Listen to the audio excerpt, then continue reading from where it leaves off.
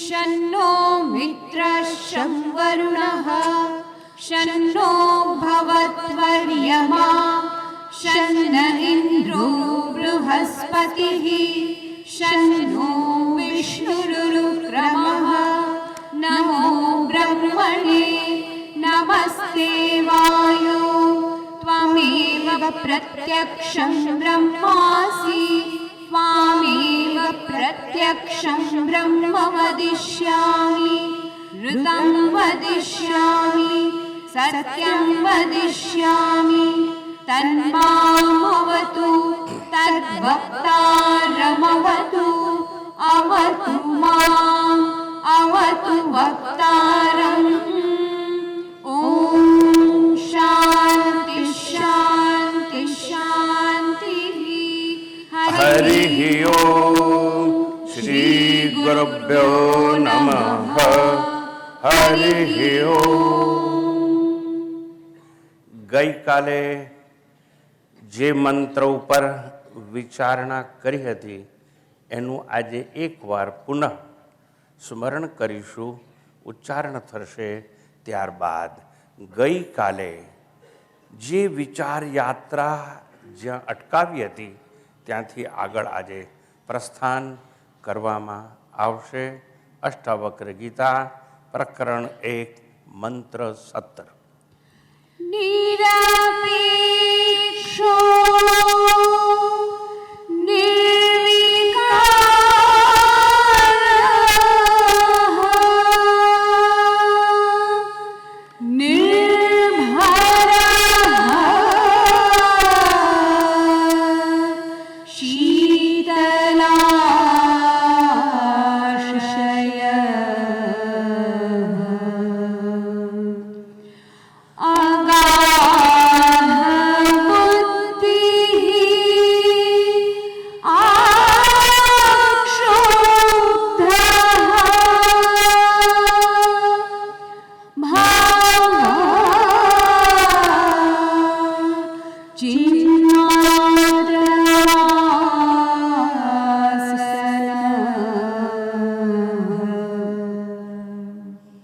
भव चिन्मात्र वासन।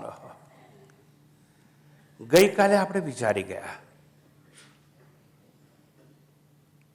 आपणे एटले जनक विचारतो थई गयो। जनक एटले श्रोता, प्रत्येक श्रोता विचारतो थई गयो। हे जनक रूपी श्रोताओ, अष्टावक्र जेवा वक्ताए आपने कहीं कह્યું હતું? आप कौन છો? आपनो परिचय આપવામાં આવ્યો હતો કે વાસ્તવમાં आप સૌએ અનેકને અનેક વિભિન્ન સ્થળે સમય આપ્યો હતો, મુલાકાતનો સમય આપ્યો હતો।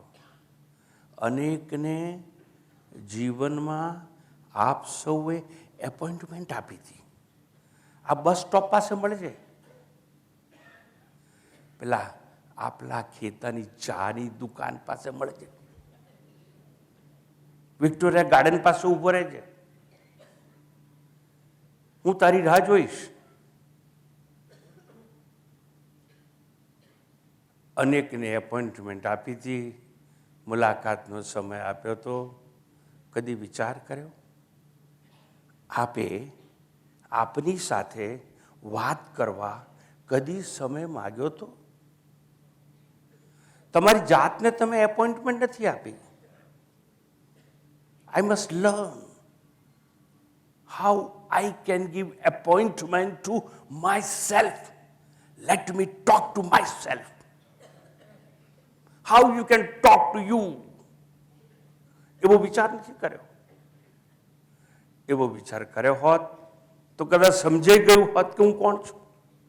आ तो बीजाए कहू कि तू रमण छे, मगन छे, छगन छे। आ तो कोके कहू कि तू रमीला, शांता के कांता छे। कोईए कहू भणावी गणावी कि आजथी तू डॉक्टर थयो, एंजीनियर थयो, वेपारी थयो, सेल्समेन थयो, शिक्षक थयो, प्रोफेसर थयो, वकील थयो। कोईए कहू। અને આપણે માની બેઠા કે હું એ છું. હકીકતમાં આપણે આપણી જાત સાથે સંવાદ કર્યો નથી, ડાયલોગ થયો નથી આપણો આપણી જાત સાથે કે આપણે કોણ. માટે આપણે સમજ્યા નહીં કે આપણે કોણ. આપણને અષ્ટાવક્ર જેવા મુનિ સમજાવે છે અને એના પર આપણે વિચાર કરતા હતા. પ્રત્યેક શ્રોતા ગઈકાલે વિચાર કરી ચૂક્યો, એટલે જનક રાજા વિચાર કરી ચૂક્યા કે કોણ. અને પેલાએ કહ્યું તું ગુરુએ, તું નિરપેક્ષ છે. નિરપેક્ષો નિરાકાર નિર્વિકાર નિર્ભર શીતલાશય. એ સંદર્ભમાં ગઈકાલે વિચાર કરતા હતા. હું નિરપેક્ષ એટલે વાસના શૂન્ય છું, કામના શૂન્ય છું. હું અવિકારી છું એટલે વિકાર શૂન્ય છું. વિકારો મારા નહીં. વિકારો તો જે દ્રશ્ય છે એ શરીરના અસ્થિ જાયતે વર્ધતે અપરિણમતે અપક્ષીયતે અને વિનશ્યતિ. શરીરમાં છે ફેરફારો. There are changes in physical gross body, but I am changeless entity. હું તો અપરિવર્તનશીલ સત્ય છું, કારણ કે હું શરીર નહીં, શરીરની ભીતર રહેનાર છું. એક પાણીની બાટલી છે, એમાં કંઈક છે, પણ પાણીની પ્લાસ્ટિકની બાટલી છે. This is container, but water is content inside it. એમ આ તમારું શરીર છે, ધેર ઇઝ કન્ટેનર, અને સચ્ચિદાનંદ આત્મા એ નિવાસ કરે છે અંદર. એ તું છે. અને એવું આપણને વિચાર કરવાનું કહ્યું. એટલા માટે તું અપરિવર્તનશીલ છે, એટલા માટે તું અવિકારી છે. એટલે શબ્દ પ્રયોગ હતો નિરપેક્ષ નિર્વિકાર. અને સમજાયું તું કે નિર્ભાર. આહા, નિર્ભાર. તું ભાર મુક્ત છે. કેમ? મોટા મોટો ભાર શેનો છે? કર્મનો. મેં પાપ કર્મ કર્યા અજાણતા, ભૂલથી. હવે થશે શું એનો ભાર?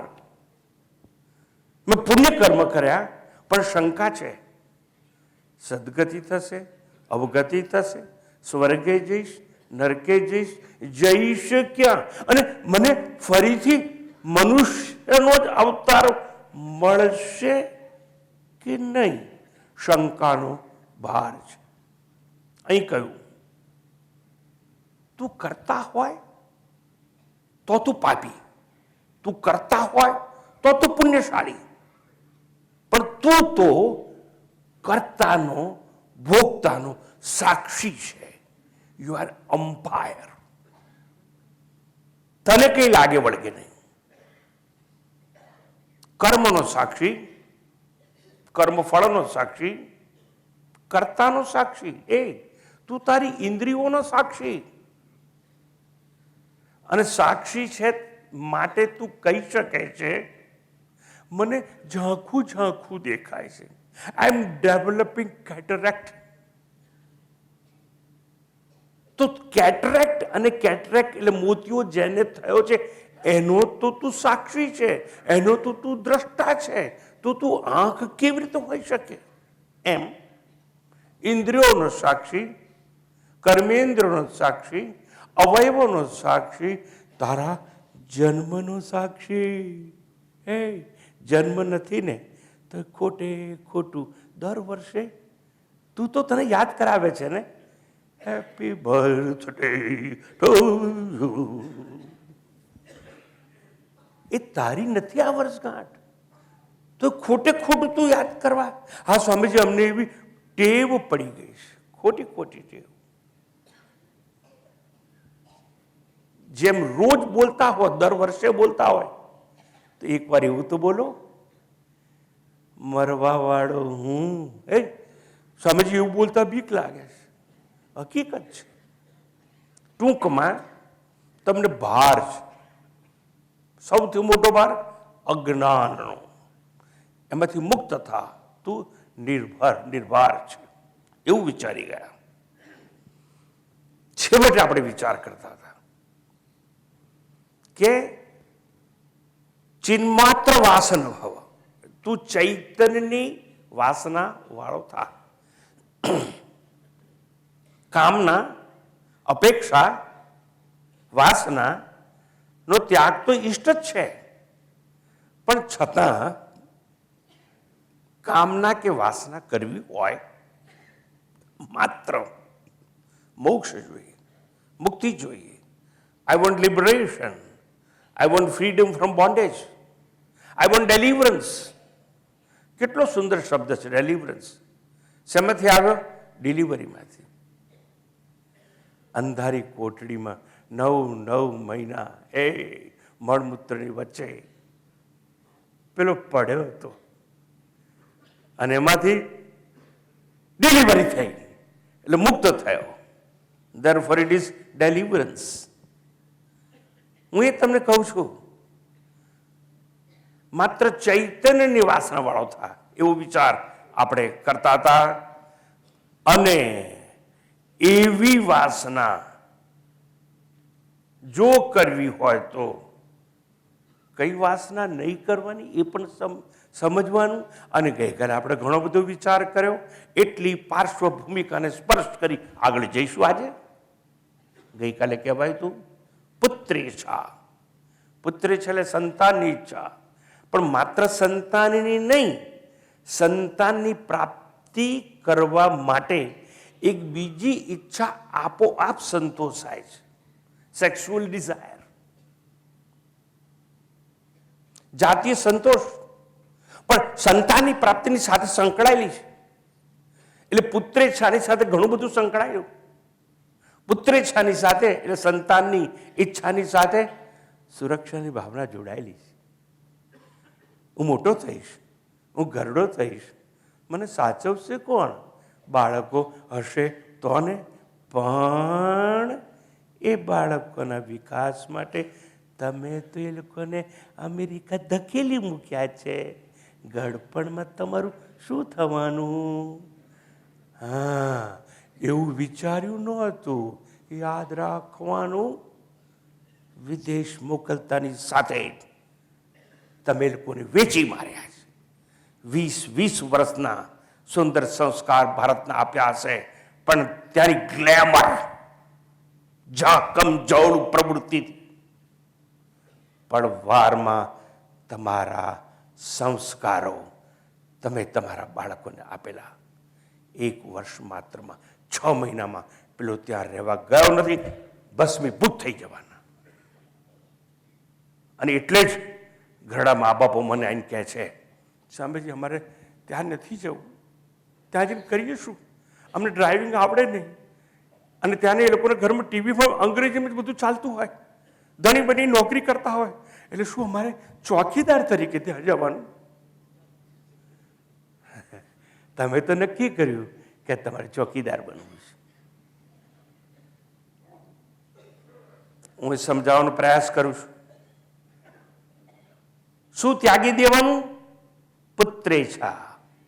શું ત્યાગી દેવાનું? વિત્તેચ્છા, એટલે ધનની ઈચ્છા ત્યાગી દેવાની. જો એવી ભ્રાંતિમાં હો કે ધનથી હું સુખી થઈશ, માફ કરજો, ધનથી સુખી થવાશે નહીં. ગઈકાલે વિચાર કર્યો તો હું ધનવાન નથી, પણ હું તો સમૃદ્ધ છું. એટલો સમૃદ્ધ છું કે સાગર મારા ચરણ પખાળવા માટે ભરતી બનીને આવે છે. અને સાંજના સૂઈ જવું અને મને વિક્ષેપ ના થાય એટલે ઓટ ભરીને સાગર ચાલ્યો જાય છે. એ મારી સમૃદ્ધિ છે. એવું ઘણી બધી વાતો ગઈકાલે વિચારી ચૂક્યા હતા નિર્વાર સુધી. અને હું સમજાવું છું, જો વાસના ત્યાગ થઈ જશે, કામના ત્યાગ થઈ જશે, અપેક્ષાઓ મનની શાંત થઈ જશે. સાંભળજો બરાબર, અપેક્ષાઓનો ત્યાગ, કામના ત્યાગ, વાસના ત્યાગ, તો શાંતિ ઉપલબ્ધ છે ને. કોલાહલ જીવનમાં છે શેનો? તમે એવું માનો છો કે there is sound pollution? અને જો સાઉન્ડ પોલ્યુશન સતાવતું હોય તો એસી રૂમમાં સૂઈ ગયા હોય, અવાજ ક્યાંથી ના આવતો હોય તોય દુખી કેમ? કોલાહલ છે. કોનો? વાસનાનો કોલાહલ, કામનાનો કોલાહલ. We have demanding mind. આ વસ્તુ જોઈએ, આ જોઈએ, આ જોઈએ, આ જોઈએ, અને ન મળે માટે અતૃપ્ત છું, અશાંત છું. શાંતિ મળવાની ક્યાંથી? વાસના કામનાના ત્યાગ વિના કોઈને જીવનમાં શાંતિ મળી શકે તેમ નથી. પણ એ શાંતિ શોધવી કઈ રીતે? તે એક જ રસ્તો મંત્રની દ્વિતીય લાઈનમાં સમજાવવામાં આવ્યું. અગાધ બુદ્ધિ અક્ષુબ્ધ. અગાધ બુદ્ધિ. શાંતિ જોઈતી હોય ને તો અગાધ બુદ્ધિ વાળો થા, એવું જનકને કહેવામાં આવેલું છે. આ અગાધ બુદ્ધિ એટલે શું? અગાધ બુદ્ધિ એટલે સૂક્ષ્મ બુદ્ધિ. અગાધ બુદ્ધિ એટલે અસીમ બુદ્ધિ. અસીમ બુદ્ધિ એટલે કેવી? જે સ્થૂળ ના હોય એવી બુદ્ધિ. સ્થૂળ એટલે એક જ સ્તર, એટલે જાડી બુદ્ધિ. આત્મ સાક્ષાત્કાર કરવો છે, પોતે પોતાની સાથે વાતો કરવા એપોઇન્ટમેન્ટ આપવી હશે, પોતે પોતાને જાણવા તત્પર હશે, અને જો હું કોણ છું જાણવું હશે તો સૂક્ષ્મ બુદ્ધિની જરૂર પડશે. અને એ સૂક્ષ્મ બુદ્ધિને જ અત્રે અગાધ બુદ્ધિ એવા શબ્દથી ઉલ્લેખ કરવામાં આવેલો છે. એટલે શું કહે છે જનકના અષ્ટાવક્ર? કે તું અગાધ બુદ્ધિ છે. એટલે વિચારવાનું દરેક શ્રોતાએ, હું અગાધ બુદ્ધિ વાળો છું. અગાધ બુદ્ધિ એટલે સૂક્ષ્મ બુદ્ધિ, શાર્પ એન્ડ સટલ ઇન્ટેલેક્ટ. અને એવી બુદ્ધિ હશે તો જ આત્મદર્શન થશે. કારણ કે આત્મા તો નિરાકાર છે, આત્મા તો અદૃશ્ય છે, અને છતાં જોવાનો છે, સાક્ષાત્કાર કરવાનો છે. તો સૂક્ષ્મથી સૂક્ષ્મ બુદ્ધિ હશે તો જ દર્શન શક્ય છે. પણ સ્વામીજી, એ બુદ્ધિ એવી કેવી કે જેના દ્વારા આપણે આત્માને પારખી શકીએ, આત્માની સમીપ જઈ શકીએ, આત્મદર્શન કરી શકીએ? તો એ બુદ્ધિ એવી છે, નામ અને આકારને બાદ કરી અને છતાં અંદર કંઈક છે એ જોઈ શકે એવી બુદ્ધિને સૂક્ષ્મ બુદ્ધિ, અગર અગાધ બુદ્ધિ કહેવામાં આવે છે. ટૂંકમાં કાર્યને છોડી જે કારણને જોવાનો પ્રયત્ન કરે એને સૂક્ષ્મ બુદ્ધિ કહેવામાં આવે છે. અર્થાત તમને સમજાવવા માટે, દાખલા તરીકે એક વ્યક્તિ એક દુકાન પાસે જઈને ઊભો છે. પેલો પૂછે છે ગ્રાહકને, શું જોઈએ છે, શું લેવા આવ્યા છે? મને દુકાન તો ખાલી દેખાય છે. અરે, આટલી બધી વસ્તુઓ છે, તારે શું જોઈએ છે બોલ? મને તો એક જ વસ્તુ દેખાય છે.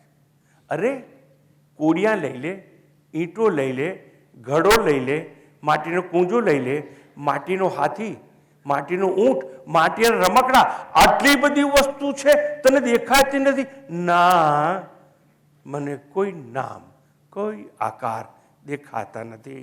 મને તો બધામાં માટી, માટી અને માટી જ દેખાય છે. માટી સિવાય મને કંઈ દેખાતું નથી. એટલે શું કર્યું એણે? જે નામ હતા ને, ઘડો, ઈંટ, કોડિયા, નળિયા, નામ બાદ કરી નાખ્યા તો આકાર બચી ગયો. આકાર બાદ કરી નાખ્યો, શું રહ્યું? માત્ર માટી. અને ઉપનિષદનો મહાન સંદેશ છે, મૃત્તિકા એવ સત્યમ વાચારંભણો. આહા, ઉપનિષદે ઘોષણા કરી. આ તો વાણીનો વિકાર છે. વાણીએ કહ્યું કે આ ઘડો છે, વાણીએ કહ્યું કે કોડિયા છે, વાણીએ કહ્યું આ ઈંટ છે, વાણીએ કહ્યું કે આ રમકડા છે.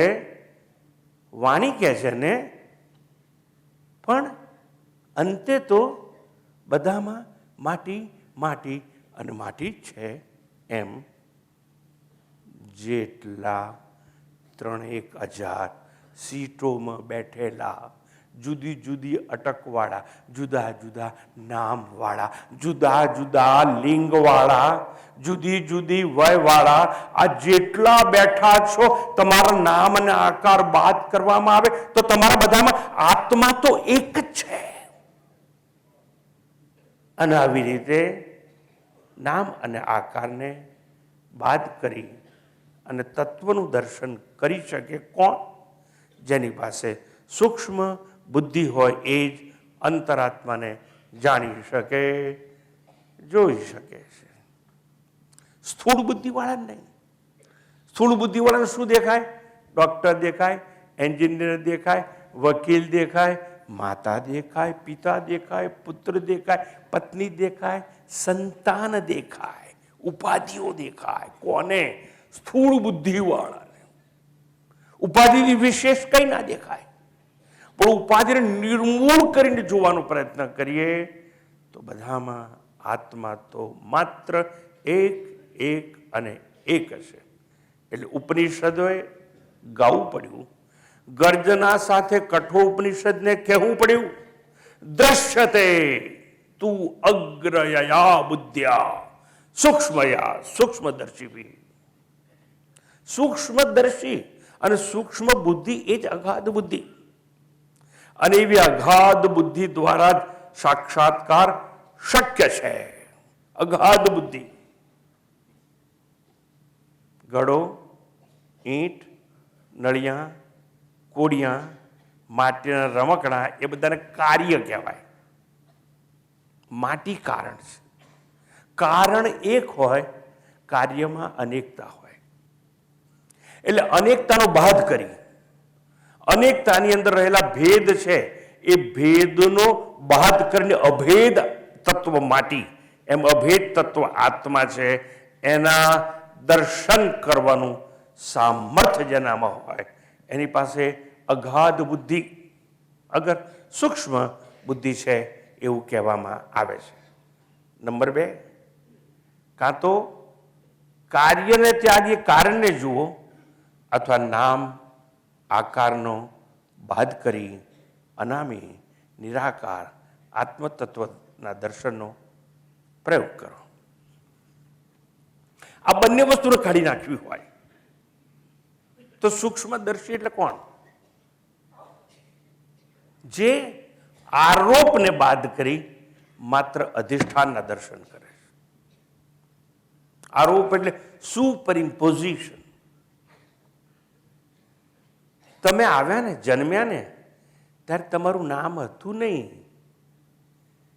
પણ તમારી ફઈ એટલે પોસ્ટમાસ્ટર જનરલ સિક્કો માર્યો, રમણીઓ, મગનીઓ, છગનીઓ, રમીલાને, કાંતાને, શાંતાડી. પાછી આ ગુજરાતમાં તો પછી શાંતા કે તો સારું, શાંતાડી.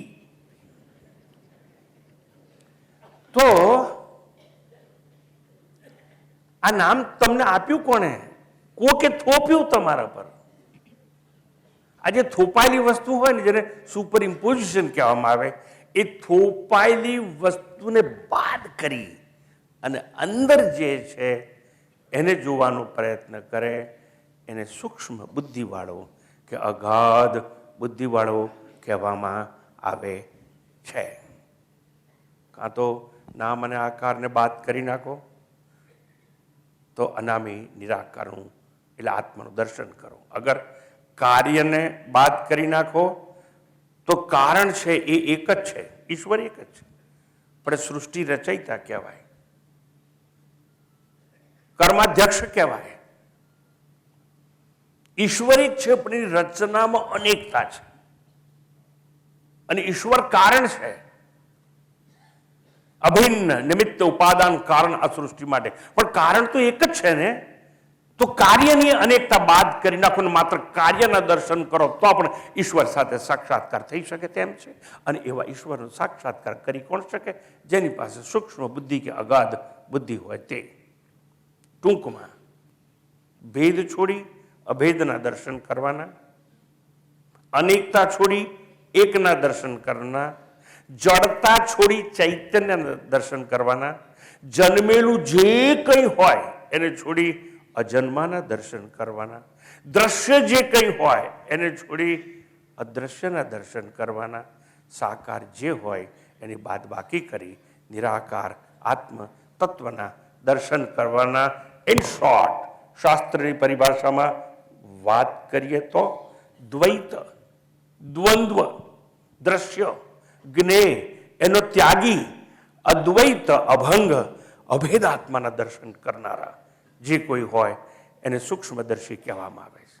અને એવી સૂક્ષ્મ બુદ્ધિ દ્વારા જ આત્મ સાક્ષાત્કાર શક્ય છે એવું ઉપનિષદો, શ્રુતિઓ, વિશેષ કરીને કઠોપનિષદ આપણને સમજાવે છે.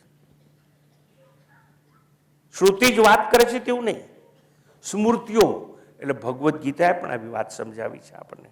પકડાઈ નથી, સમજ્યા નથી એવું કહેવાયું. વિદ્યા વિનય સંપન્ને બ્રાહ્મણે ગવિહસ્તિની શુની ચૈવ સ્વપાકે ચ પંડિતા સમદર્શિન. બહુ સુંદર ઉપદેશ આપવામાં આવ્યો. બ્રહ્મ વિદ્યા સંપન્ન કોઈ હોય, આત્મજ્ઞાનની વિદ્યા જાણનારો કોઈ હોય, વિદ્યા અને વિનય હોય, વિદ્યા વિનય સંપન્ને. અને એવો જ્ઞાની જ્યારે એક બ્રાહ્મણને જુએ અને બ્રાહ્મણ ઉપર નજર પડતાની સાથે ગાયને જુએ, ગાય જોતાની સાથે જો હાથીને જુએ અને કૂતરાને જુએ, છતાં એને કોઈ ભેદ દેખાતા નથી. કૂતરો નામ, ગાય નામ, હાથી નામ, બ્રાહ્મણ નામ બધા ગયા, પણ આકાર તો રહ્યા ને, આકાર બધા ગયા. તો બધામાં ચૈતન્ય તત્વ તો એકનું એક છે. જે આત્મા હાથીમાં છે ને એ જ આત્મા કૂતરામાં છે, અને કૂતરામાં છે ને જે એ જ ગાયમાં છે. પંડિત એટલે જે જ્ઞાની હોય ને એને કોઈ ભેદભાવ દેખાતો નથી. કેમ? એની પાસે અગાધ બુદ્ધિ એટલે સૂક્ષ્મ બુદ્ધિ હોય એને જ પંડિત કહેવામાં આવે છે. એ કેવો કહેવાય? સમદર્શી કહેવાય. એક જ આત્માના દર્શન કરનારો કહેવામાં આવે છે. સમજો, આવું સાંભળ્યું તો ખરું, બધામાં આત્મા એક છે. તમે સમજી ગયા કે આત્મા તો બધામાં એક જ છે, અને આત્મા જો એક જ હોય તો આપણે સમાન રહેવું છે. એટલે એક માણસે આવો શ્લોક સાંભળ્યો, એ ભૂલે ચૂકે કેડિલા ફાર્માસ્યુટિકલ દ્વારા આવા યજ્ઞમાં આવી ચડેલો, બેઠેલો, સાંભળીને ગયો.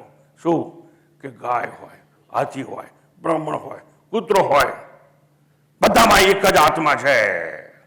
વાત પતી ગાય. સવારે ઉઠ્યો અને આમ ગાય દેખાઈ એટલે ઘાસનો પૂળો લઈને આવ્યો. લે ગાય ગાય ગાય ગાય ગાય ગાય ગાય ગાય તો કહી ગઈ. પછી એટલામાં કૂતરો આવ્યો તો એને ઘાસનો પૂળો લઈને બતાવે છે. ખા ખા, દંડો લઈને મારી ચમડે ખા.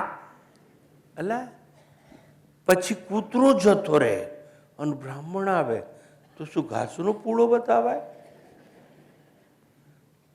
સમજે નહીં, કારણ કે સૂક્ષ્મ બુદ્ધિ નથી. આ મંત્રમાં એવું આવ્યું કે પંડિતા સમદર્શી ન, એટલે પંડિત જ્ઞાની બધામાં એક જ આત્માનું સમાન રીતે દર્શન કરે છે. સમવર્તી નહીં એવું નથી કહ્યું. એટલે બ્રાહ્મણ આવે આંગણે પગે લાગવાનું, આસન આપવાનું, ઘરમાં બેસાડીને ભિક્ષા કરાવવાની, શક્ય હોય તો દક્ષિણા આપવાની. અને ગાય આવે તો ઘાસ ચાલે, અને કૂતરો આવે તો રોટલો, અને પણ ઘી ચોપડીને આપવાનો, સૂકો નહીં આપવાનો. આત્મા બધામાં એક છે, પણ વર્તન જુદું જુદું હોઈ શકે. તમારા બધામાં આત્મા તો એક જ છે, પણ આવા પ્રસંગમાં જો કોઈ આયોજકો હોય, જો અહીં સંસ્થાના ટ્રસ્ટીઓ હોય તો એને અમે આગળ બેસાડીએ. નહીં બધામાં આત્મા એક છે, બધાને પહેલી સીટ મળવી જોઈએ એ સ્થૂળ બુદ્ધિવાળા કહેવાય, તત્વ ન સમજ્યા છે એવું કહેવાય. વર્તન જુદું જુદું હોય છતાં બધામાં આત્મા એક છે એવું માત્ર સૂક્ષ્મ બુદ્ધિ દ્વારા સમજાય. એટલે કહેવામાં આવ્યું હતું અગાધ બુદ્ધિ. હે જનક, તું અગાધ બુદ્ધિવાળો થા. અને ત્યારબાદ શબ્દ આવે છે અક્ષુબ્ધ. અગાધ બુદ્ધિ અક્ષુબ્ધ. અક્ષુબ્ધ એટલે તારે, હે શ્રોતા, હે જનક, તારે ક્ષોભ ના હોવો જોઈએ કોઈ પણ વસ્તુમાં. અજંપ ના હોય તારા જીવનમાં, ઉચાટ ના હોય, વિક્ષેપ ના હોય. તું વિઘ્ન શૂન્ય થા. વિઘ્ન શૂન્ય. કોઈ ઓબ્સ્ટેકલ તારા જીવનમાં આવી શકે જ નહીં જો તું તને આત્મ તત્વ સમજે તો. તું શરીર સમજીશ તને તો વિઘ્નો તો આવશે, આવશે અને આવશે. અક્ષુબ્ધ જે આત્મજ્ઞાની, જે તત્વવેત્તા, સાંભળજો બરાબર, આ સૃષ્ટિને, આ જગતને, આ તમારા સંસારને સ્વપ્નવત જાણે છે. એને સ્વપ્નના પાત્રોથી ક્ષોભ કેવો, સ્વપ્નના પદાર્થોથી અજંપો ક્યાં, સ્વપ્નના પાત્રો, પદાર્થો કે સંજોગથી વિક્ષેપ કેવો. સ્વપ્ન જ જો સત્ય નથી એવું સમજાય તો. પણ આ સંસારને તમે સત્ય સમજી બેઠા છો, અને જો સત્ય સમજી બેઠા છો વિક્ષેપ તો આવશે જ, અજંપો તો હશે જ, ક્ષોભ તો થવાનો જ. પણ જે આખા સંસારને સ્વપ્નવત માને છે એ મુક્ત થઈ જાય છે. શેનાથી? ક્ષોભ, અજંપા અને વિક્ષેપોથી મુક્ત થઈ જાય છે, અક્ષુબ્ધ થઈ જાય છે. અષ્ટાવક્ર કહે છે જનકને, અક્ષુબ્ધ થઈ જા. આ સંસાર સ્વપ્નવત છે. શુદ્ધોસી બુદ્ધોસી નિરંજનોસી સંસાર માયા પરિવર્જિતોસી સંસાર સ્વપ્નમ ત્યજ મોહ નિદ્રા. કેવો અદભુત ઉપદેશ માં પોતાના એક બાળકને આપે છે. હજુ તો પારણામાં ઝૂલે છે અને સંદેશ આપવામાં આવે છે. આખો સંસાર સ્વપ્નવત છે. પણ સ્વામીજી, અમને પહેલાં ખબર નથી, અમે ફેરા ફર્યા ને અમે સાચું સમજી બેઠેલા, બહુ સારું કર્યું, હવે ફર કરો. ખોટા ખોટા ફેરા ફરીને સાચા માન્યા હોય, હવે ફર કરો. શેમાં ફરવાનું? અજંપામાં. શેમાં ફરવાનું? વિક્ષેપમાં. શેમાં ફરવાનું? ક્ષોભમાં. સંસાર તો સ્વપ્ન છે. અને જો આજે જેટલું સમજાઈ જશે ને, બસ સ્વામીજી હું કેવી રીતે સમજી શકું એવું? હું રસ્તો બતાવી દઉં તમને. કોઈ દિવસ નાટકમાં ઉતર્યા છો? નિશાળમાં, કોલેજમાં, તમારા સમાજની પ્રવૃત્તિમાં તો ઉતરી જોજો ને. કુંવારો હોય અને નાટકમાં 5 છોકરાનો બાપ બન્યો હોય તો શું, નાટક પૂરું થઈ જાય એટલે છોકરા ઓધે કરો કે 5 ક્યાં ગયા? અલ્લા એક તો બોલો. અલ્લા એ તો ખોટા ખોટા હતા. My dear sir, remember, you are not father. You are acting as a father. You are not mother. You are acting as a mother. You are not wife of anybody. But no doubt, you are acting as a wife. Because you want to live a happy life. And therefore, you must act like a wife. But you have forgotten, my dear sir. આ સંસાર અને જીવન એક નાટક છે. હું નથી માનતો કે હું સંન્યાસી છું, તમે માનો છો. લોકો કહે છે Swamiji Swamiji. I am not swami, neither I am sannyasi, but no doubt I am acting as a sannyasi. હું સંન્યાસીનું પાત્ર નિષ્ઠાપૂર્વક ભજવું છું, એટલે શિસ્તનો આગ્રહી છું. હું મારા વિચારો કોઈના પર થોપવા માંગતો નથી, માટે ખુલ્લી કિતાબની જેમ મારા વિચારોની અભયતાપૂર્વક રજૂઆત કરવા માંગુ છું, કોઈની શેખ અને શરમ વિના. કારણ કે સંન્યાસીનું પાત્ર મારે નિષ્ઠાપૂર્વક ભજવવું છે. માટે લોકોને કહેવું ને, જે કહેવું એ કહેવા દો, એમ તમારે સુખી થવું હોય. માં હોય તો વિચારી લે આજે કે હું માનું પાત્ર ભજવું છું, તો કોઈ દિવસ એવો દિવસ નહીં આવે માં આવીને મને કહે છે ગુમૂત્ર ધોઈને મોટા કર્યા હતા, આને મોટા કરવા મેં લોકોના વાહન ધોયા હતા, મજૂરી કરી હતી, મારું સાંભળતો નથી. એ માએ વિચાર કરવાનો, તું માનું પાત્ર ભજવે છે, તારો નથી. અને પૈણી છે ને એટલે તારો રહેવાનો નથી. અને તોય પેલી આઈને મને કહે હવે તો છે ને અમારું તો માનતો જ નથી. એ પેલી કે એમ જ કરે, એટલે એવું જ કરે.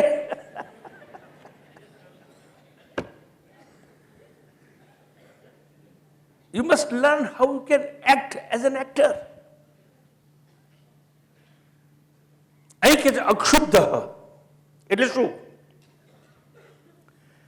તું ક્ષોભ, અજંપો, ઉચાટ, વિક્ષેપ અને વિઘ્ન શૂન્ય થઈ જા. કેમ? આ જગતને સ્વપ્ન માનીને, અને સ્વપ્નના પાત્રોથી કોઈને દુઃખ થવું જોઈએ નહીં.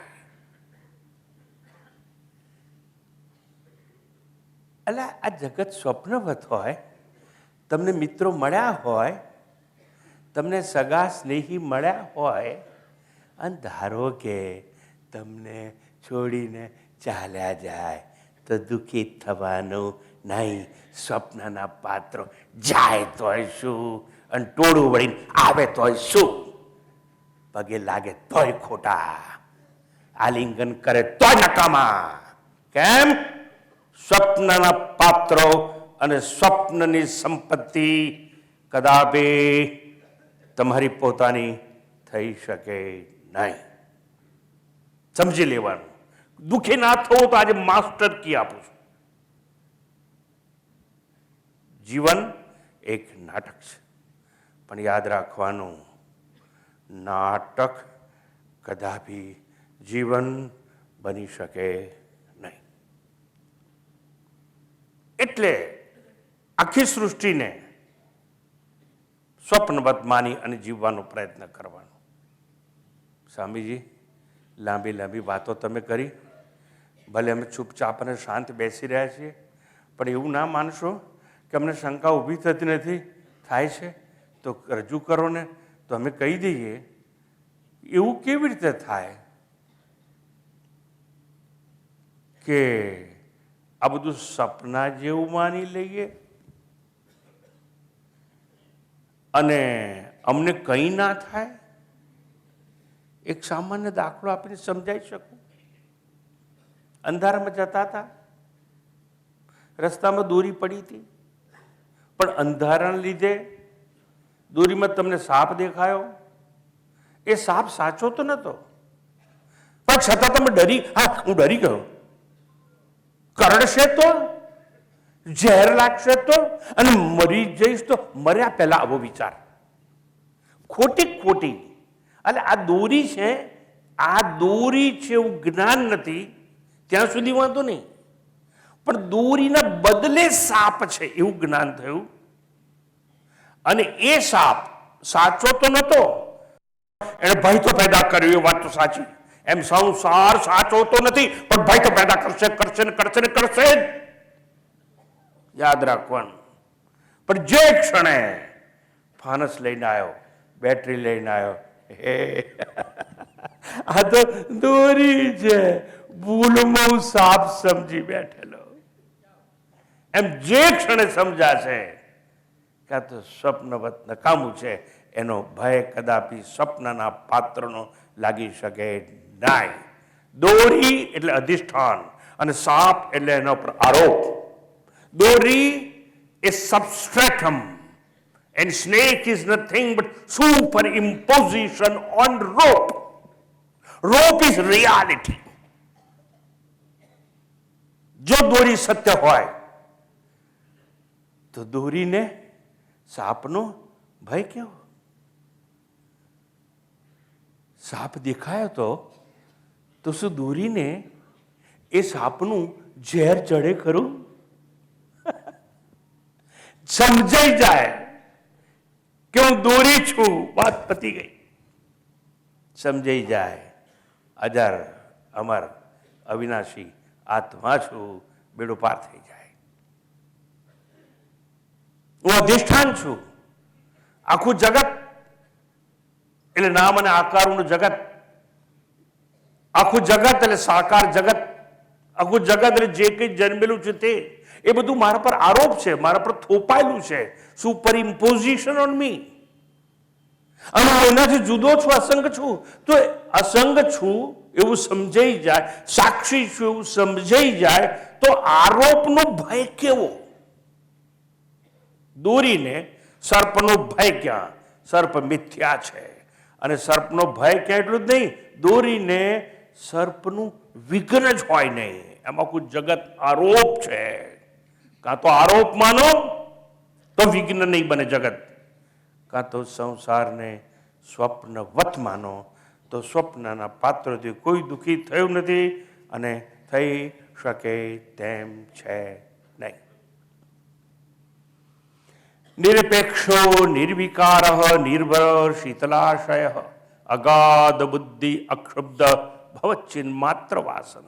એમ એક એક શબ્દો પર આપણે વિચાર કરતા કરતા ધીરે ધીરે આગળ જઈએ છીએ. અને જનકને કહેવામાં આવ્યું કે હે જનક, જગત આરોપ છે, તું અધિષ્ઠાન છે, અધિષ્ઠાન આત્મા છે.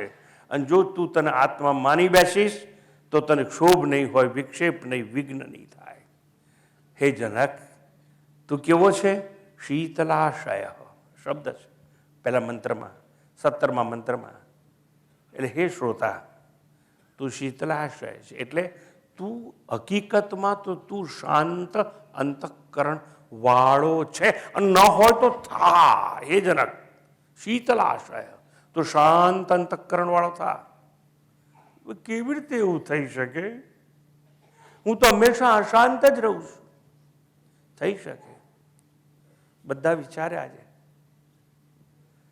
મારા વાલા શ્રોતાઓ, મારા વડીલો, મારા મનમાં તમારા સૌ માટે પૂજ્ય ભાવ છે. તમે ન હોત તો મારી વાણી અકબંધ રહી હોત. હું મારી વાણીની અભિવ્યક્તિ ન કરી શક્યો હોત.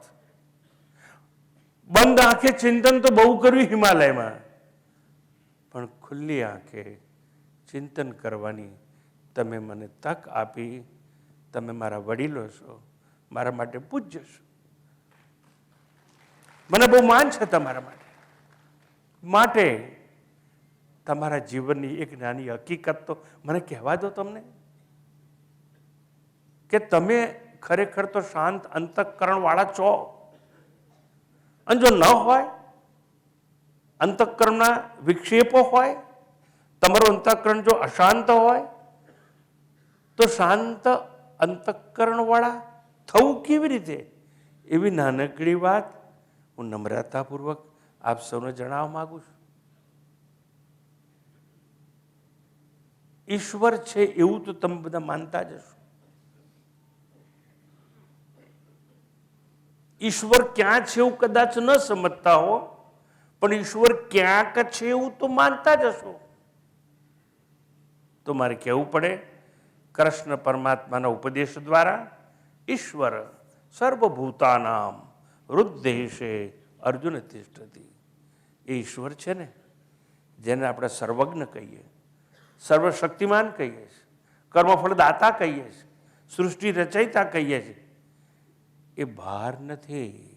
ઈશ્વર સર્વભૂતાનામ, ભૂતાનામ એટલે ભૂત માત્ર, એટલે પ્રાણી માત્ર, each and every living organism તમારા સૌમાં છે.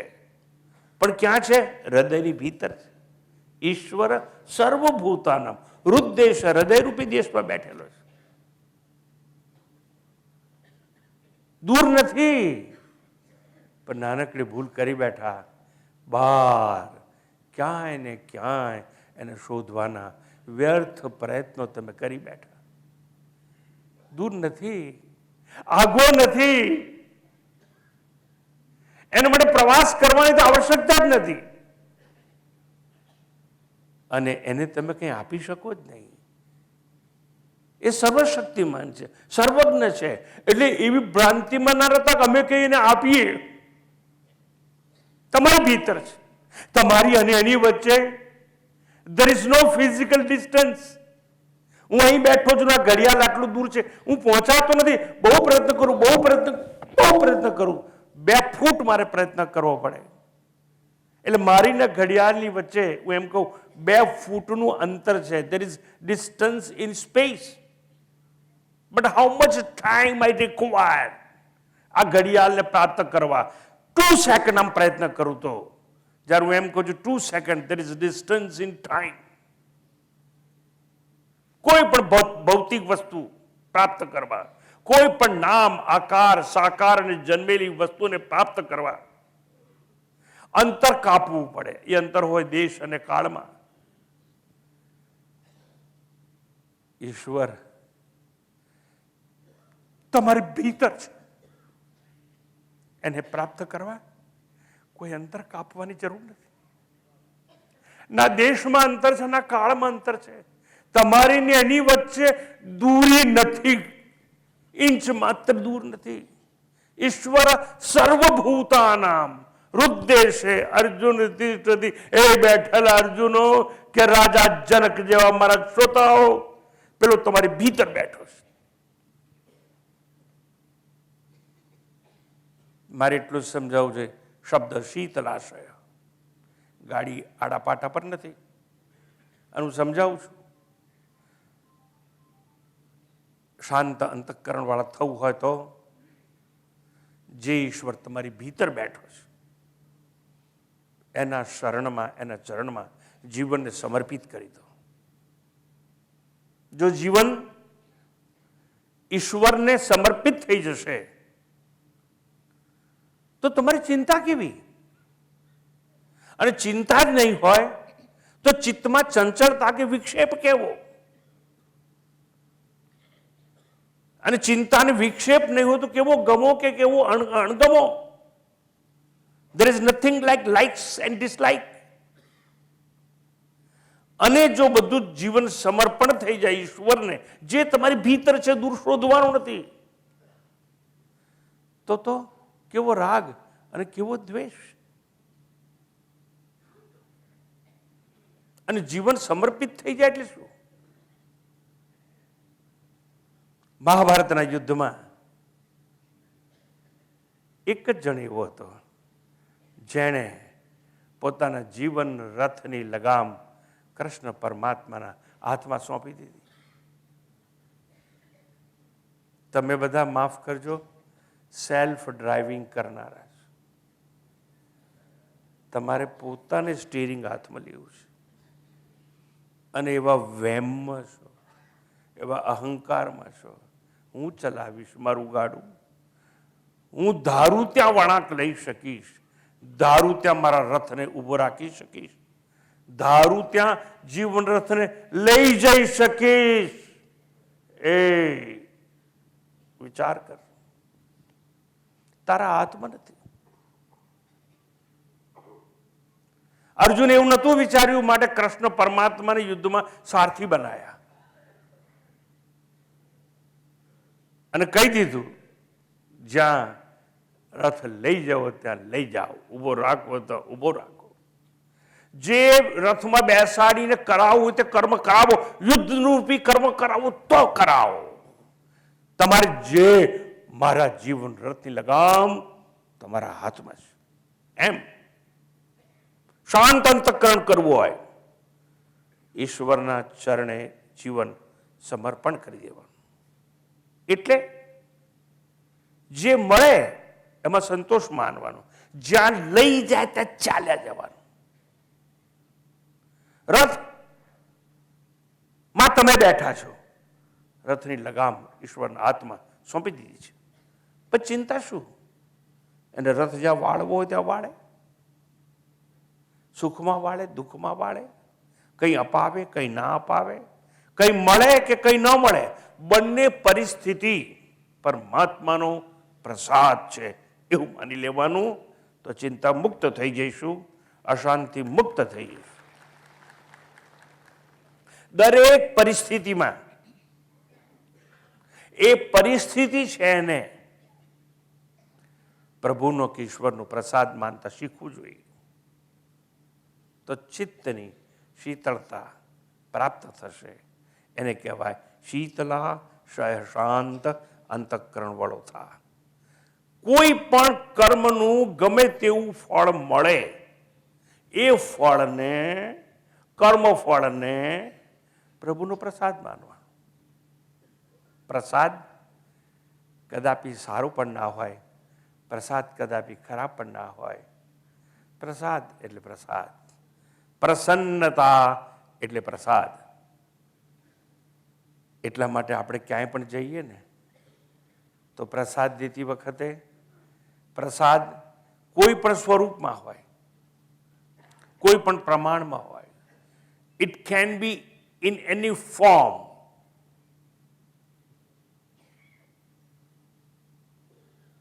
પ્રસાદ કોઈ પણ રૂપમાં હોય, કોઈ પણ પ્રમાણમાં હોય, પણ આપણે પ્રેમથી સ્વીકાર કરીએ ને.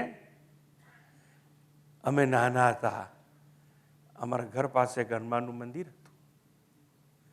કંઈ ના મળે ને સિંદૂર આપે તો પણ લઈ લેતા હતા. પાણી આપે તો આચમન કરી લેતા હતા.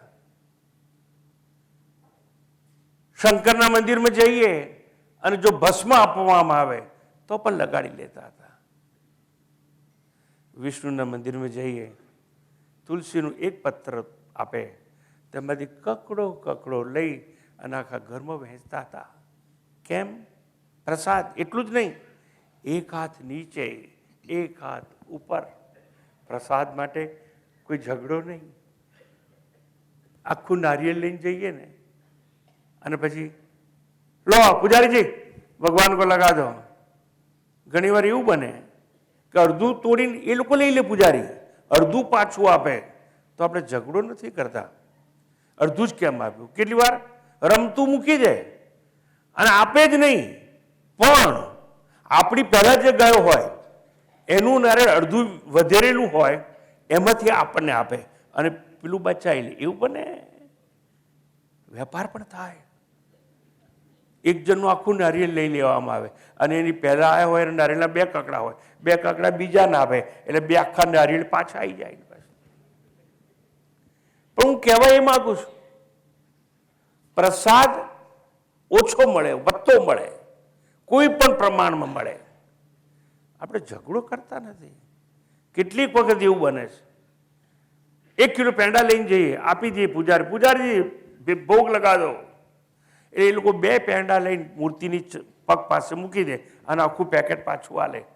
અરે ભગવાન કે लिए लाया था तो वापस क्यों दे रहे हो? नहीं, 2 પાછા આપે, 2 પેંડા લઈને ઘરમાં વેચીએ અને 2 પેંડા એ લોકો રાખીને આખું પેકેટ પાછું આલે. નો પ્રોબ્લેમ. કેમ? પ્રસાદ છે.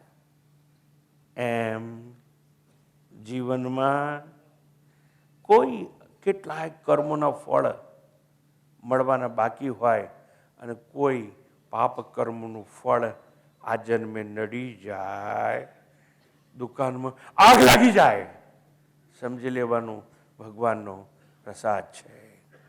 વાસ્તુ પ્રસંગ ઊભો કર્યો હોય, મહેમાનો આવી ગયા હોય અને નવા ઘરમાં પ્રવેશ કરવાનો બાકી હોય, એ અગ્નિકુંડ તૈયાર હોય, વિધિ બધી જ થઈ ગઈ, ધરતીમાં કંપ આવ્યો, મકાન ધરાશયી થઈ ગયું. પરમાત્માનો પ્રસાદ છે. આ નવી પરિસ્થિતિ એ પરમાત્માનો પ્રસાદ છે. જો ઈશ્વરના ચરણોમાં જીવન સમર્પિત કરી દેવામાં આવે અને જે કંઈ મળે કે ન મળે એને ઈશ્વરનો પ્રસાદ સમજવાનો પ્રયત્ન કરવામાં આવે તો અંતઃકરણ શાંત થઈ જાય. એટલે કહેવામાં આવ્યું શીતલા શય. હે જનક, તો શાંત અંતઃકરણ વાળો થા. એના સિવાય બીજો કોઈ રસ્તો ખરો? મારી પાસે તો ઘણા છે, પણ તમારી પાસે સાંભળવા માટે ધીરજ ક્યાં છે? એટલે શાંતિપાઠ પહેલા ઊભા ના થશો તો બતાવી દો ને સ્વામીજી, બીજો કોઈ રસ્તો હોય તો બતાવી દઈએ. બતાવવાના પૈસા પડતા નથી, ફી તો હું માંગતો નથી, બતાવી દઉં. અંતઃકરણ શાંત કરવા માટે શું કરવું? આ તમારો દેહ, આ તમારું શરીર જે તમને મળ્યું છે ને, કાગડાનું નથી, કોયલનું નથી, ગાય ભેંસનું નથી, મનુષ્ય દેહ મળ્યો છે. કેવી રીતે મળે મનુષ્ય દેહ? પૂર્વ જન્મમાં કરેલા કર્મના આધારે આ મનુષ્ય દેહ તમને મળે. ઉત્તમમાં ઉત્તમ યોની મળી, પણ તમારા કર્મોના આધારે. એટલે એને કહેવાય પ્રારબ્ધ કર્મ. પ્રારબ્ધ કર્મના લીધે તમને આ શરીર આજે મળ્યું છે. અને જો એના લીધે જ મળ્યું હોય તો દેહ છે ને, એને ક્યાં લઈ જવો, ક્યાં અટકાવી દેવો, ક્યાં દોડાવવો, એ પ્રારબ્ધનું કામ છે. યાદ રાખવાનું. તમારા પુણ્ય પ્રારબ્ધે તમને મનુષ્ય દેહ તો મળ્યો છે, પણ યાદ રાખજો, હું શું સમજાવું છું? અંતઃકરણને શાંત કરવાનો રસ્તો.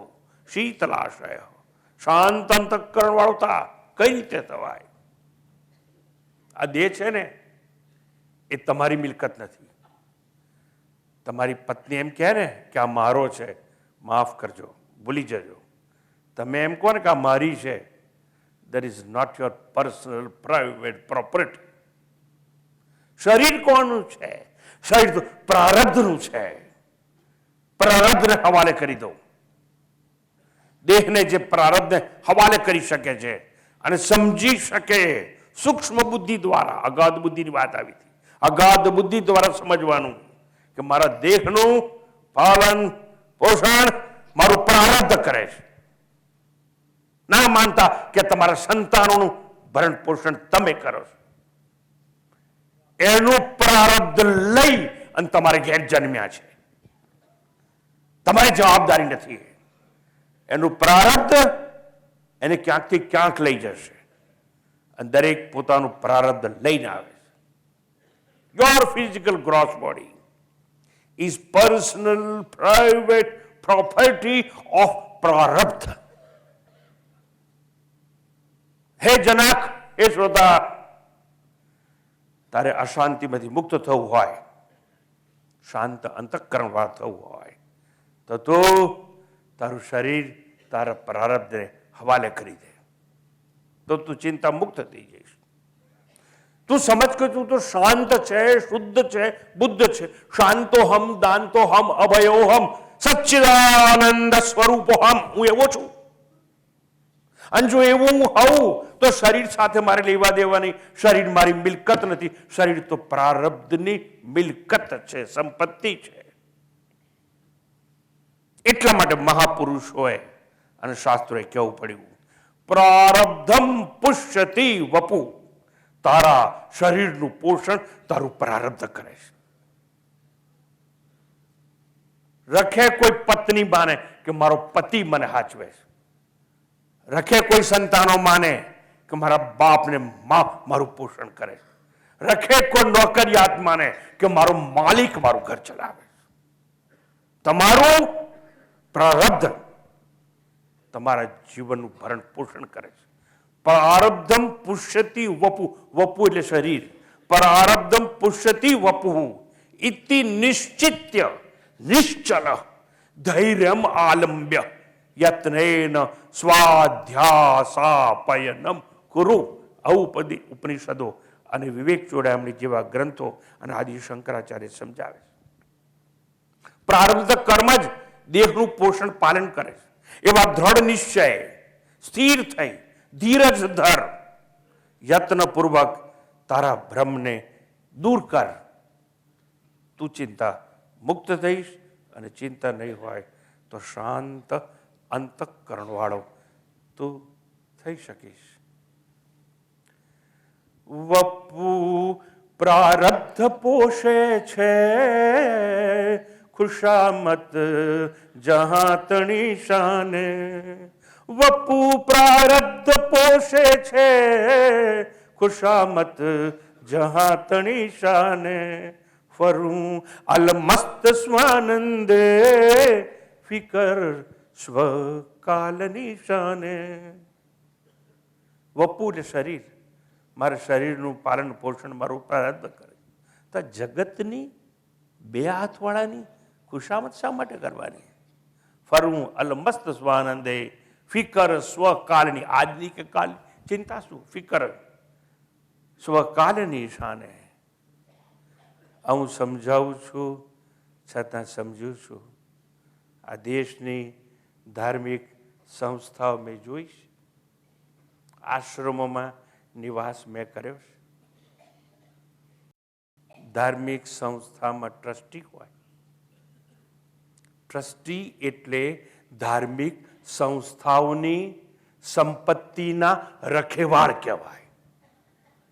ટ્રસ્ટીશીપનો સિદ્ધાંત શીખવો હોય તો મહાત્મા ગાંધીના જીવનમાંથી શીખવો જોઈએ, એની આત્મકથા વાંચવી જોઈએ.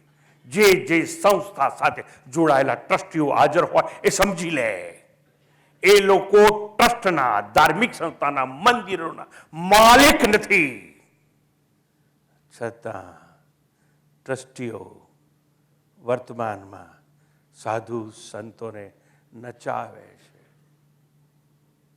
એ સમજે છે અમે માલિક છીએ. સંતો યાદ રાખવાનું, મારા શરીરનું ભરણ પોષણ મારું પ્રારબ્ધ કરે છે, અને જો આ શરીરને પ્રારબ્ધને હવાલે કરી દેશો તો તમે ચિંતા મુક્ત થઈ જશો. સંતો વિચારે કે એમનો દેહ છે એનું પાલન પોષણ માત્ર એનું પ્રારબ્ધ કરતું હોય છે, અને જો શરીરને પ્રારબ્ધને હવાલે કરી દેશે કોઈ પણ વ્યક્તિ તો એ શાંત અંતઃકરણવાળો થઈ જશે. એમાં કોઈ શંકા નથી. આજની આ પ્રવચનની અંતિમ વાત. એક બેન, હું અહીંથી બહાર નીકળતો હતો, થોડી દૂર ઊભા રહી, સમજ એક વાત કહો બેન, શું કહેવું છે? આ તમારા ભાઈ છે ને, એણે છે ને મને પૂછ્યા વગર છે ને ઘર બદલી નાખ્યું. આ પહેલાંનું ઘર હતું ને એમાં અડોશ પડોશ બહુ સારા હતા. અમે પહેલાં જ્યાં રહેતા હતા ને ત્યાં નિશાળ નજીક હતી. અમે પહેલાં જ્યાં રહેતા હતા ને ત્યાં માર્કેટ નજીક હતી. મને પૂછ્યા વગર છે ને એમણે ઘર બદલી નાખ્યું. મને બદલી નાખ્યું હોત ને તો સારું હતું. મેં કહ્યું બેન તું ચિંતા મુક્ત થા, તું ચિંતા મુક્ત થા. હાડકા, માંસ અને ચામડાનું આ ઘર છે ને તારું, એમાં તું રહે છે, તું તો આત્મા છે. હાડકા, માંસ અને ચામડાનું જે ઘર છે જેમાં તું વસે છે એ તારું નથી. તો સિમેન્ટ, કોન્ક્રીટ, ચૂનો અને ઈંટોનું ઘર તારું કેવી રીતે હોઈ શકે? બદલે ને બદલવા દે. તું એટલું સમજ કે આ શરીરમાં રહેનાર તું તો અજર અમર અવિનાશી આત્મા છે, અને તારું શરીર શું છે? 9 દરવાજા વાળું ઘર છે. નવદ્વારે પુરે દેહી નૈવ કુર્બન કારયન. તું તો વિશ્વ વ્યાપ્ત આત્મા છે. અંદર એક જણે અંતઃકરણને શાંત કરવું હોય તો સમજવાનું, હું તો વિશ્વ વ્યાપ્ત અજર અમર અવિનાશી આત્મા છું. નિષ્કર્ષમાં નિરપેક્ષ દ્રષ્ટા સર્વકા, નિરપેક્ષ દ્રષ્ટા સર્વકા इस दृश्य से तू अन्य है, अक्षुब्ध है, चिन्मात्र है, सुख सिंधु पूर्ण अनन्य है. छह उर्मियों से रहित तू, मरता नहीं तू है अमर. ऐसी किया कर भावना निर्भय सदा सुख से विचर, निर्भय सदा सुख से विचर। ओम पूर्णमद पूर्णमिदं पूर्णात् पूर्णमुदच्यते पूर्णस्य पूर्णमादाय पूर्णमेवावशिष्यते। ओम शांति शांति शांति। हरि ओम। श्री गुरुभ्यो नमः। हरि ओम।